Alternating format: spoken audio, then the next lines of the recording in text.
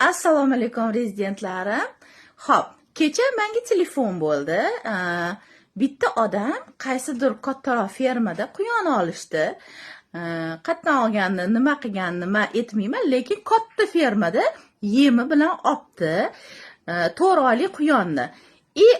Qochmayapti haligacha degan savol berdi. Biza уже endi mana shu voqea, mana shu situatsiyani razbor qilishni boshlaganimizda quyon necha kilo degan savolimga quyon 2 kilo 200 deb menga javob berdilar. Necha pulga oldingiz desam,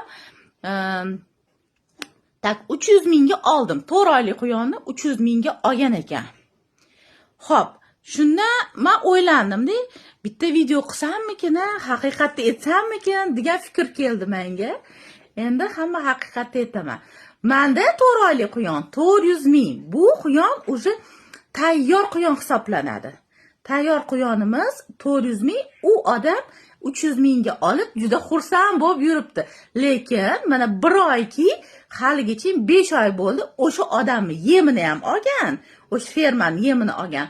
Quyon 2 kilo 200, undan oshmayapti. Quyonga ko'p yem bermang. 200 gram kuniga bersangiz yetadi degan fikr уже singdirib qo'ydi shu miyaga. 1 oydan beri xursand bo'lib arzonga oldim quyonni deb yuribdi. Endi bugun men sizlarga ko'rsataman. Quyon necha oyda necha kilo bo'lishini. Xo'p. Haqiqatni aytadigan vaqt keldi. Nimaga menda sal qimmatroq deydiganlar. 2,5 oylik. Mana shular 2,5 oylik. Luboyni olaman. Mana shuni olaylik. Katta emasmi, kichkina, srednisi. Men dash tarozlarni ham olib kelib qo'ydim. 0 qilib olaylik. Ana. Ket. 2,5 oylik quyon. 2 kilo 600. 2 kilo 600, 2,5 quyon. 2,5 oylik rovna demayman-u, где-то men hozirlarga aytaman. 3 oylik bo'lishiga 1 hafta qolgan. Mana.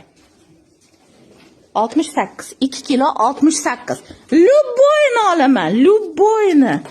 Hech anaqasi yo'q. Mana, luboyni. Bu sal anaqaroq, yengilroq.